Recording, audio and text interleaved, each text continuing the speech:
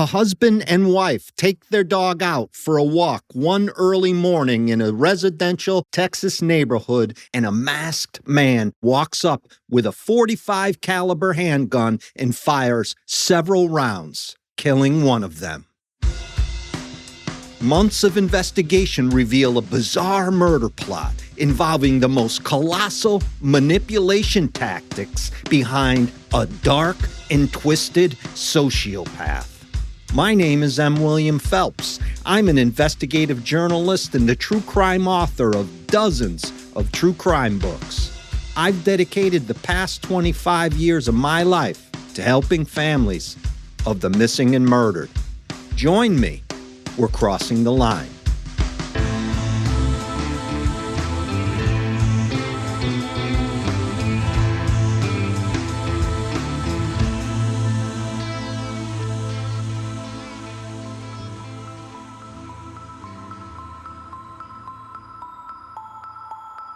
Remember those early days of the pandemic? Sorry to dredge that up for you. But do you recall how we were all going stir-crazy, just simply looking for things to do? Many turned to walking. Some called it hiking. You would see all sorts of people out and about, masks on, dogs in tow, buzzing around like zombies. In some ways, I guess we all were. Let's zoom in from that 30,000-foot view and head down into the South Waverly Drive area of Dallas, Texas. Waverly is a nominal suburban street, sort of like you'd see in many towns, many states across the Southwest.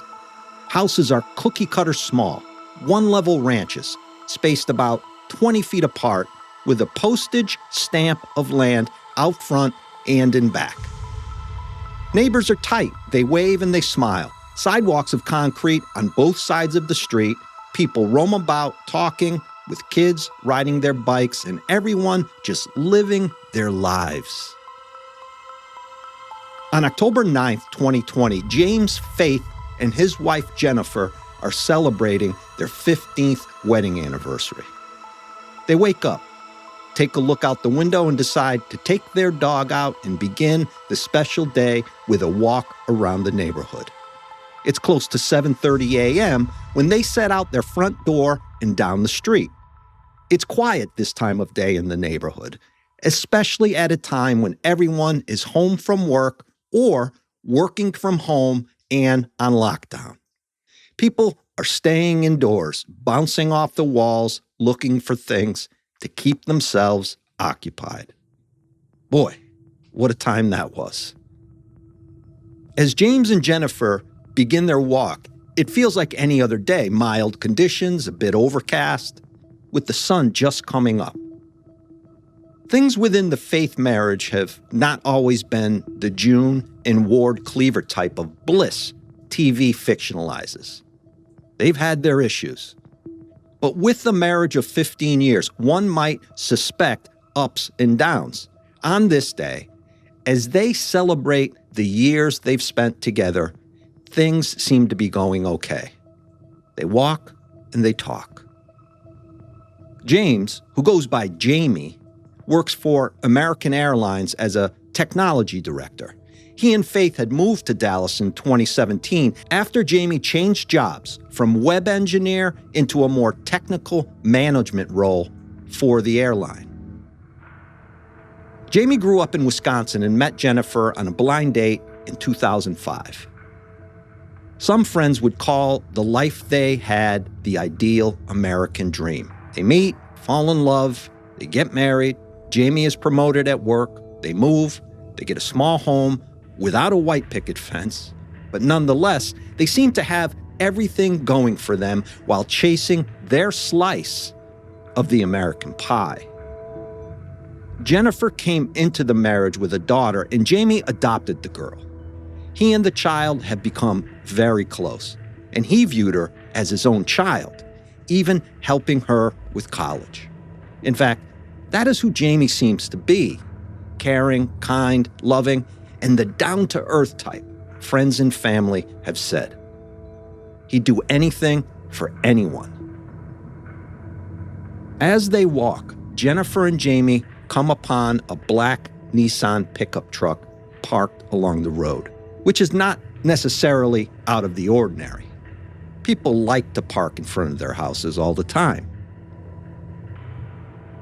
While walking, Jennifer hears footsteps, kind of hurried footsteps at that, coming up from behind them, and so she turns around.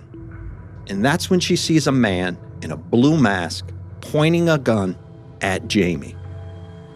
How quickly life can change. In an instant. Within seconds, it seemed to Jennifer, the man begins shooting, hitting her husband in the chest, groin, as well as 3 rounds into his head. Jamie falls to the ground as Jennifer starts pleading and screaming, she explains later.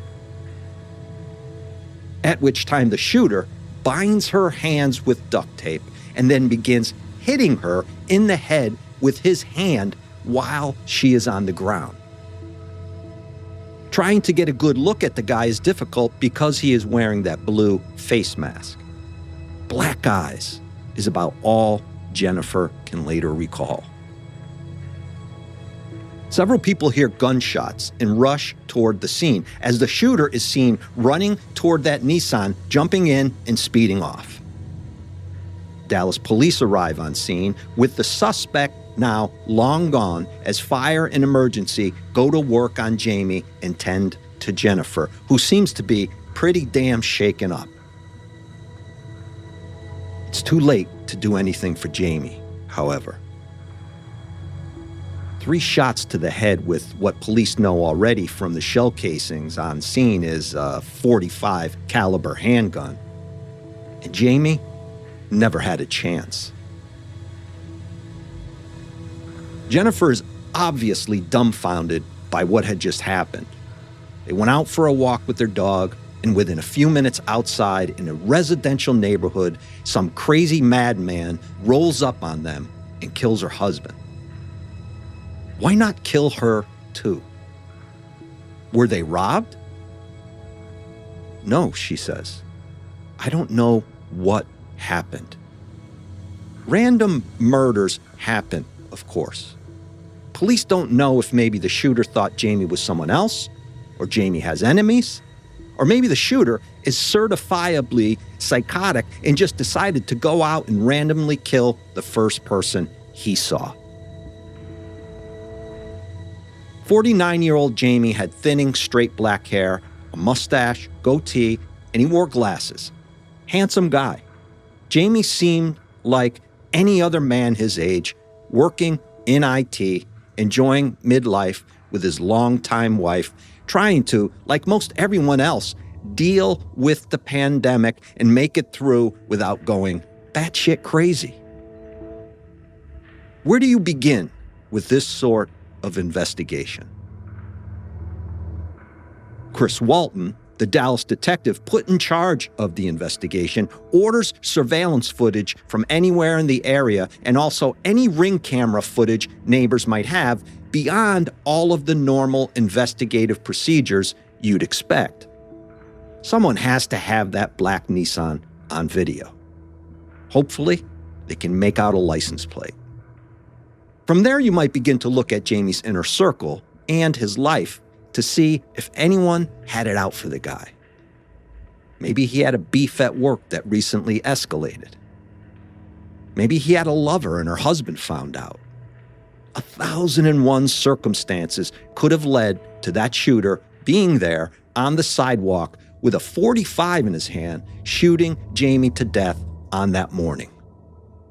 Part of the investigation is to, unfortunately, get Jennifer into the station and ask her questions. Sure, she seems traumatized by the events and likely is, aside from dealing with losing her husband. But you have to get what she knows out of her as quick as possible, as hard as that might be on her. Meanwhile, a canvass of the neighborhood needs to be conducted to see if any one of the Faith's neighbors saw or heard anything relevant. There were other people out and about, so it's not as though the Faiths were alone. Dallas homicide detective Chris Walton is a smooth guy and savvy investigator. The department knows he'll solve the case. Chris and his team just need time and information. Jennifer sits down inside an interview room with her COVID mask on. Detective Walton sits across from her. After telling Jennifer how sorry he is for her loss and that he needs to ask these questions as part of solving the case, she says she understands. She wants to help, of course. This is a tragedy of the utmost epic proportions. Jamie was, Jennifer will soon say, the backbone of her family. It's devastating. She and Jamie had known each other for nearly 2 decades. The guy was a father to her child. He had never hurt anyone or made an enemy in his life. It is hard to comprehend why someone would want to kill him in such a savage manner. Shoot and shoot.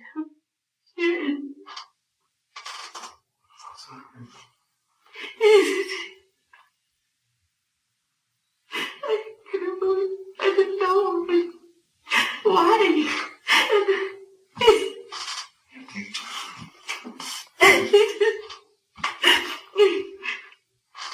His body was lying like this in the street, and then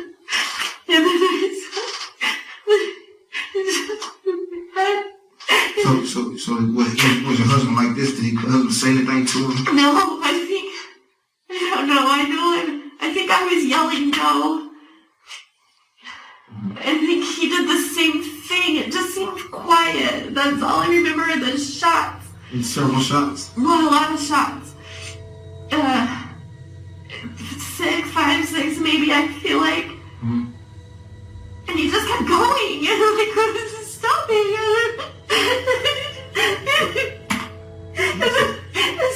The shot my husband's expression. So that is Jennifer. Distraught, sometimes hard to understand, crying. Just a mess. Trying to, Detective Chris Walton understands, cope with the events she had just witnessed. It's hard to hear. A wife losing her husband and, at the same time, seemingly falling apart. The Dallas PD get Jennifer's phone, Jamie's phone, and any other physical evidence they can from the crime scene. And they begin to go through it all, which is where Detective Chris Walton is confident the answers to all of the major questions they have will likely be found. Let's take a break here, because this one is going to get fairly intense fairly quickly.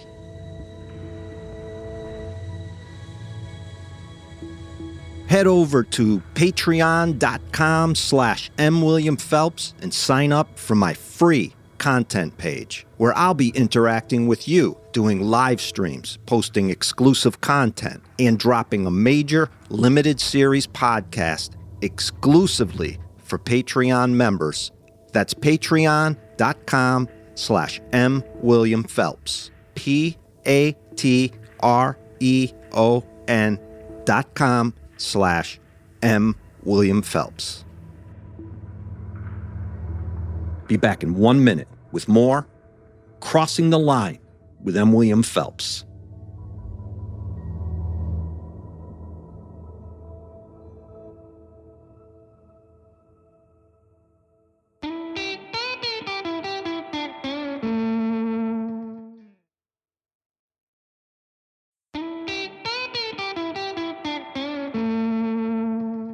How is it that people in this day and age of technology do not realize anything you type into a phone, be it a web address, a post on social media, a text, a phone number, whatever the hell it is now connected to you forever? That everything we do on our phones is logged into a digital farm somewhere and is retrievable for the most part. I just don't understand that some, many of whom are smart people, do not understand the simple, basic concept. For investigators, however, the digital age has become an investigative tool bar none, I think. Jennifer leaves the station, outwardly distraught, and jumps into the media role of grieving wife, asking the public to help find her husband's killer, talking about how perfect a human being Jamie was and how much he will be missed. Soon, she tells the media she and her family are desperate for answers. My hope is that somebody, perhaps the person, will realize the gravity of what they've done and will come forward, Jennifer tells the media in the weeks that follow. She sounds sincere, broken. And I picture Detective Walton sitting at his computer, watching it all, with a sly grin on his face, as if, keep talking, Mrs. Faith. Keep opening your mouth. By January 11th, 2021, the following year, Dallas police announced they have made an arrest. The guy's name is Darren Ruben Lopez, a 48-year-old man from Tennessee. Tennessee, you say? That's a long way from Dallas. Indeed, it is. Lopez is a retired U.S. Army Special Forces guy with multiple deployments to Iraq. Highly decorated, he earned a Purple Heart and Bronze Star. Of course, with that sort of record, one might expect some PTSD, which Lopez definitely suffers from, but he had also sustained a traumatic brain injury, TBI, from 2 roadside bombs in 2005. In 2018, Lopez and his wife separated. Looking at this, investigators might have gone down the road of, well, here is a guy tortured by demons who had just happened to be in Dallas and might have snapped, maybe thought he was back in Iraq and had just kind of lost it. I have actually spoken to vets who have been through similar warlike experiences and are tormented by their memories and dreams. I knew a guy once who was found many times in the ocean up to his waist at night, speaking as if he was back in Iraq, having no clue he was on a beach by himself in the water. PTSD is powerful and can destroy people and families. I think we all know that. Detectives, however, rely on instinct and sheer facts and will sometimes just follow their gut. They take a look at Jennifer's phone, and the first red flag they see is that she had wiped most of her text messages and phone calls. Wiped them from her phone, that is. It's not difficult, as I explained, to extract all of it and begin to look at who Jennifer was communicating with and what was going on in her marriage. The first bit of information they discover is that she and Jamie were having major marital problems. This was revealed in a text exchange for the first time back on April 20th, 2020, when Jennifer and someone in her phone named Spreng Tina are texting. Jennifer writes on that day, "So, I have no idea when I'm going to be able to talk to you over the phone, but I am pretty much having a full-blown emotional affair, and Jamie knows it. This guy and I dated in high school and college. We broke up because I was finishing school, and after he got out of basic training, he was deployed to South Korea. He ended up going Special Forces and served 26 years. He just retired and found me. We were going to get married at the time. Then I met Jamie." Spreng Tina asks if Jamie knows, or how does he feel? "Scared and sad is what he said," Jennifer responds. Tina asks Jennifer, "Where does the other guy live?" "He was stationed out of Tennessee and bought a house with 20 acres, so he's there now." So there you have it. The connection between the guy they arrested and Jamie. It's Jennifer. What's more, Darren Lopez owns a black Nissan. This is why I say Detective Walton had to be grinning as Jennifer was out there in the media asking for help solving her husband's murder. The answers were inside her damn phone. By August 2021, 2 months before Jamie's murder, Jennifer texted Tina that she had put the brakes on her emotional affair with Lopez, saying she couldn't do it to Jamie. Couldn't do it. I'm done. Yet, Jennifer's cell phone records show that she and Darren Lopez communicated via text 667 times on October 5th, another 419 times on October 6th, and 2 days before the murder, on October 7th, they exchanged 640 texts. That's an amount of texting I did not honestly think was possible in 3 days. The day after the murder, after Jennifer had been questioned by Dallas police, she and Lopez contacted each other 720 times. The next day, October 11th, another 381 times. And the day after that, 285 times. It turned out that the interview with Jennifer on that day of the murder had to end abruptly because Jennifer complained about not feeling well and needed medical attention. I bet she didn't feel well. But no sooner had she left the station did she start texting Darren Lopez. And from October 9th to November 25th, Jennifer sent 13,644 texts to Darren Lopez. Get this, both phones were in contact with each other 24,000 times, which is an average of about 500 times per day. 500 times a day. Holy smokes. What's more, they tracked Lopez's phone pinging off cell towers all the way from Tennessee to Dallas in Jamie and Jennifer's neighborhood and then back to Tennessee. A murder map. Lopez was also in a precarious state of financial ruin, having accumulated almost $40,000 in debt on missed mortgage payments alone. By early November, Detective Chris Walton takes a call from an insurance company that Jennifer is trying to collect on a $600,000 life insurance policy they had on Jamie.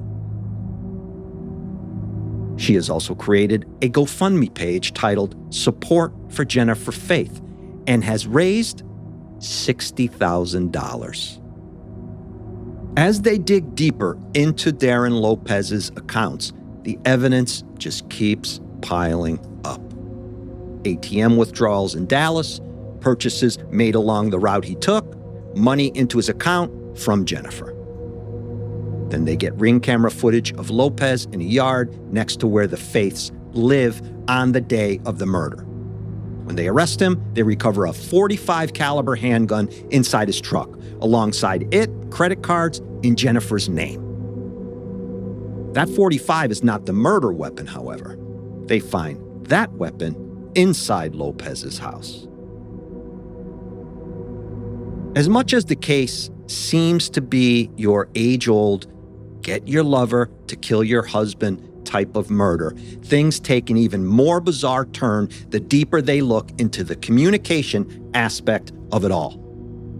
When they take a look inside Lopez's phone, they hit the jackpot. For example, on November 30th, 2020, Lopez texts Jennifer, "Okay, reset my phone, deleted old texts." Jennifer responds, "Big smile over here at that." Lopez texts back, "Oh, I so need to fill you with," and I'll spare you the graphic sexual content there that he uses, but you get the picture. To which Jennifer texts back, "Oh, hell yes. And I am so in love with you. I truly can't be without you at this point." Then this, if for some reason the detective ever questioned you and asked you about my relationship with Jamie, you would tell them that it was good as far as you know, right? Just want to make sure you would never say anything that would stick out. Of course not. Why would he want to do that?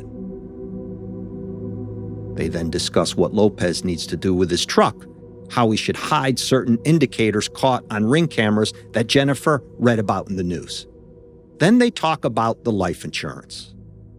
They mention how Jennifer is going to move in with Lopez at some point and what she should and should not say the next time she talks to the police.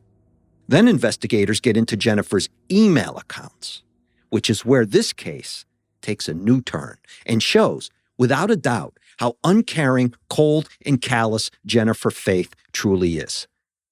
She has done things leading up to her husband's murder that, I feel, put her on the same sociopathic scale level as some of the most devious and heartless killers we have discussed here on Crossing the Line.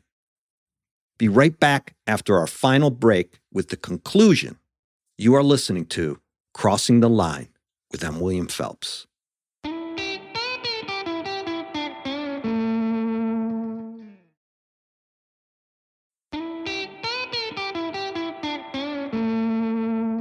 By September 2021, just 1 month shy of the one-year anniversary of her husband's brutal murder, Jennifer Lynn Faith is indicted and charged with orchestrating Jamie's murder. It becomes a federal case because Mr. Lopez crossed state lines in order to carry out the plan Jennifer had constructed, which means we are now talking about a death penalty case. And in these types of murder-for-hire cases, I will tell you, they generally go after the person who came up with the plan, not the shooter, when seeking the death penalty. Both Jennifer and Lopez plead not guilty. The U.S. attorney in charge of the case releases a statement, which becomes important to my comments before the break regarding the diabolical nature of Jennifer Faith. Mrs. Faith's alleged murder-for-hire scheme was depraved and calculated. She preyed on her boyfriend's protective instinct and his pocketbook in order to convince him to execute her husband, the acting U.S. attorney tells the media after her arrest. Okay, we'd all have to agree, I think, that Lopez was a fractured man. His mental perception and stability highly affected by his serving time in the military and that TBI, making him very vulnerable. But also, someone who is an obvious protector, a man who would step in front of a bullet for certain people. I am not downplaying or making light of his actions in this case, nor how he killed a kind and caring man in cold blood. I am outlining the facts and explaining the next part of what this case reveals and what investigators discover in Jennifer Faith's email accounts. According to that indictment, Jennifer created a fake Gmail account in Jamie's name back on April 9th, 2020. Posing as Jamie, she begins emailing Darren Lopez and continues to do this during the spring and summer of 2020, taunting Darren Lopez with details of extreme physical and sexual abuse that had never actually occurred. Jennifer had made it all up. She started by telling Lopez herself that Jamie was abusing her. Then she doubled down by sending an email to Lopez as Jamie, along with fake photos of injuries attached, writing things from Jamie's point of view like this: I am telling you to stay away from my family. Enjoy knowing you can't do an effing thing about it, she writes in one email on May 9th, before attaching close-up photos of purported injuries. This is all designed to stir Lopez up to protect her, a build-up to asking him to kill Jamie. After the emails, Jennifer would then apply it on thickly in texts to Lopez, describing her life as a wife in peril being savagely abused, none of which was true. Then she took it one step further by creating a fake Gmail account in her friend's name. Posing as that friend, she sent multiple emails to Lopez, falsely claiming that Jamie was physically and sexually abusing Jennifer now. She then downloaded stock images of injuries from the internet and attached those images to her emails, writing, "Jamie slapped Jen, then he sent a pic of him choking her," she wrote in one email while posing as her friend. "I am asking if you are willing to get involved and help Jen get out of this situation. Jamie is abusing Jen today," she writes in another email posing as her friend. "Any ideas how we can help her?" Darren Lopez writes back, "I know I won't feel better about her situation until she is out of the house away from him or she lets me put a bullet in Jamie's head." Lopez had taken the bait.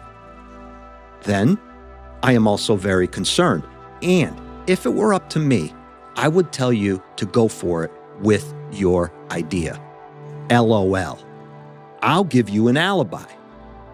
And this is Jennifer responding to Lopez, still posing as her friend. "Darren, I talked to Jen. He's burning her, among other things," she continues on July 26th, upping the stakes. And so by the time October comes around, Lopez is under the impression that if he doesn't step in soon, with Jennifer planting the seed now to kill Jamie, that Jamie will kill her first. You see, that is who Jennifer Faith is. By February 2022, Jennifer pleads guilty, of course, terrified that if she didn't, she'd get the death penalty. By June 2022, she is sentenced to life in prison.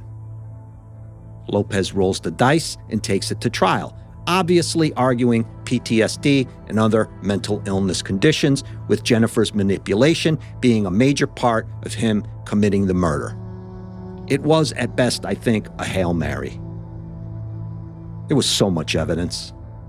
And in the end, if he was that concerned about Jennifer's well-being, he could have taken those emails to the police and allowed them to sort it all out. By July 2023, Lopez is found guilty and sentenced to 62 years in prison. I must say, I am satisfied with these sentences. It's not so common these days that people get what they deserve at sentencing, but I think these are solid sentences.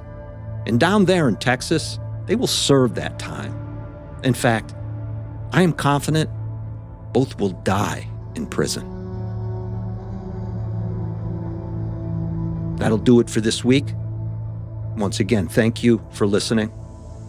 Please spread word about this show. And check out Paper Ghosts, Season 5, The Texas Teen Murders, my investigative podcast from iHeartMedia. Out now, wherever you get your favorite shows. And always remember, be safe, be aware.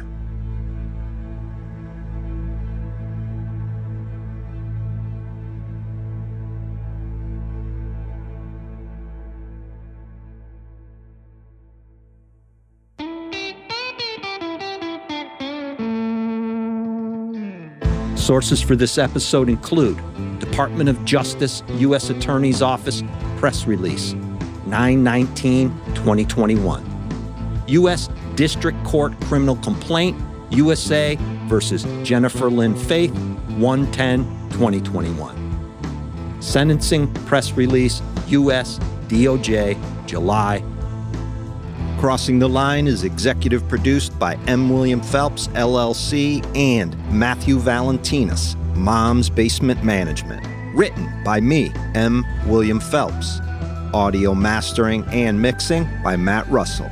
Music by Epidemic Sound. Original music written and performed by Thomas Mooney, Tom Phelps, and Matt Russell.